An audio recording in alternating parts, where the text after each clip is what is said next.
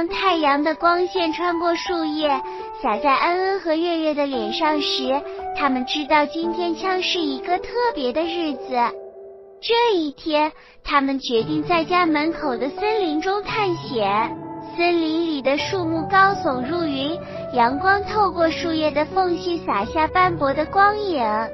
恩恩和月月漫步在绿意盎然的小径上，聆听住鸟鸣的歌声，感受住大自然的美妙。就在他们走得疲惫时，突然一只神奇的兔子出现在他们面前。这只兔子不同于其他的兔子，它的眼睛闪烁出蓝色的光芒，耳朵尖端有住金色的斑点。你好，小朋友们，我是一只神奇的兔子，我的名字叫做蓝耳朵。兔子约恩恩和月月惊讶地看出蓝耳朵，不知道该约什么。别害怕，我不会伤害你们，相反，我想赋予你们一种特殊的语言，让你们能够互相沟通。蓝耳朵月恩恩和月月高兴地点点头，接受了蓝耳朵的神奇礼物。从此以后，他们能够用心灵交流，不再需要预言。恩恩从口袋里拿出他最宝贵的奶嘴，这是他从小就一直陪伴住他的宝物。他决定把这个奶嘴送给蓝耳朵，作为对他的感谢。蓝耳朵接过奶嘴，微笑住用魔法将它变成了一颗会发光的许愿石头，并送还给恩恩。只要你对住这颗石头许愿，你的心愿就能成真。蓝耳朵月月也不甘示弱，他拿出了自己最珍爱的宝物，一根埋在森林里的大骨头。月月将骨头交给了蓝耳朵，希望能换得一些智慧。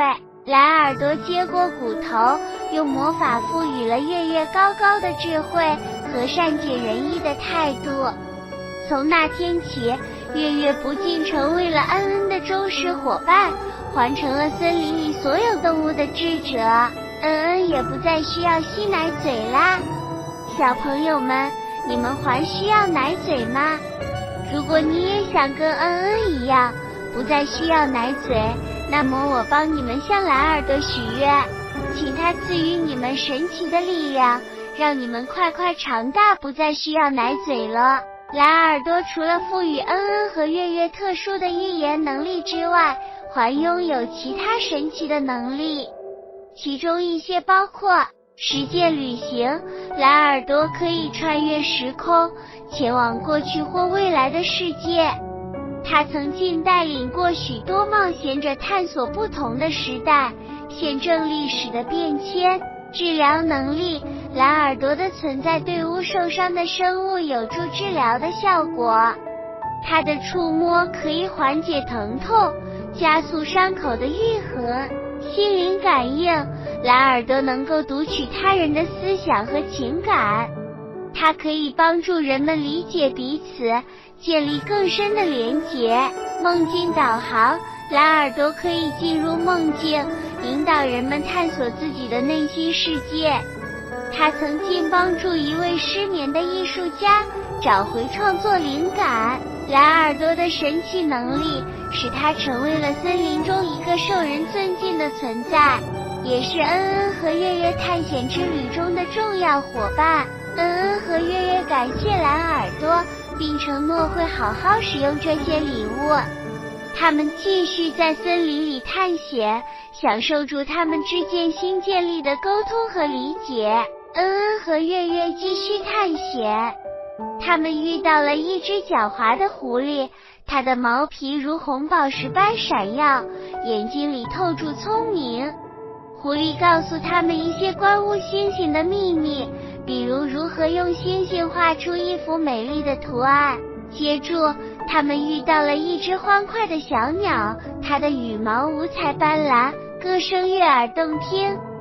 小鸟告诉他们，每颗星星都是一个神奇的音符，他们一起谱成了夜空的乐章。在森林的一角，他们发现了一只美丽的蝴蝶，它的翅膀上绘出五彩斑斓的图案。蝴蝶告诉他们，星星是仙女们的眼泪，每一颗都承载住一个美丽的故事。沿着小溪走去，他们遇到了一只青蛙，它正蹲在水边，眼睛里透着智慧。青蛙告诉他们，星星是天空中的宝石，每一颗都有神奇的力量。最后，他们遇到了一只小鹿，它的眼睛清澈明亮，脚上还有一层细细的霜雪。小鹿告诉他们，每一颗星星都是一个愿望，只要你仰望它，心里默默许下愿望，它就会实现。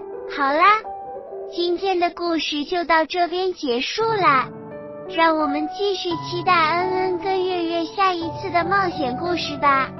我是梦姐姐，我们下次见，拜拜。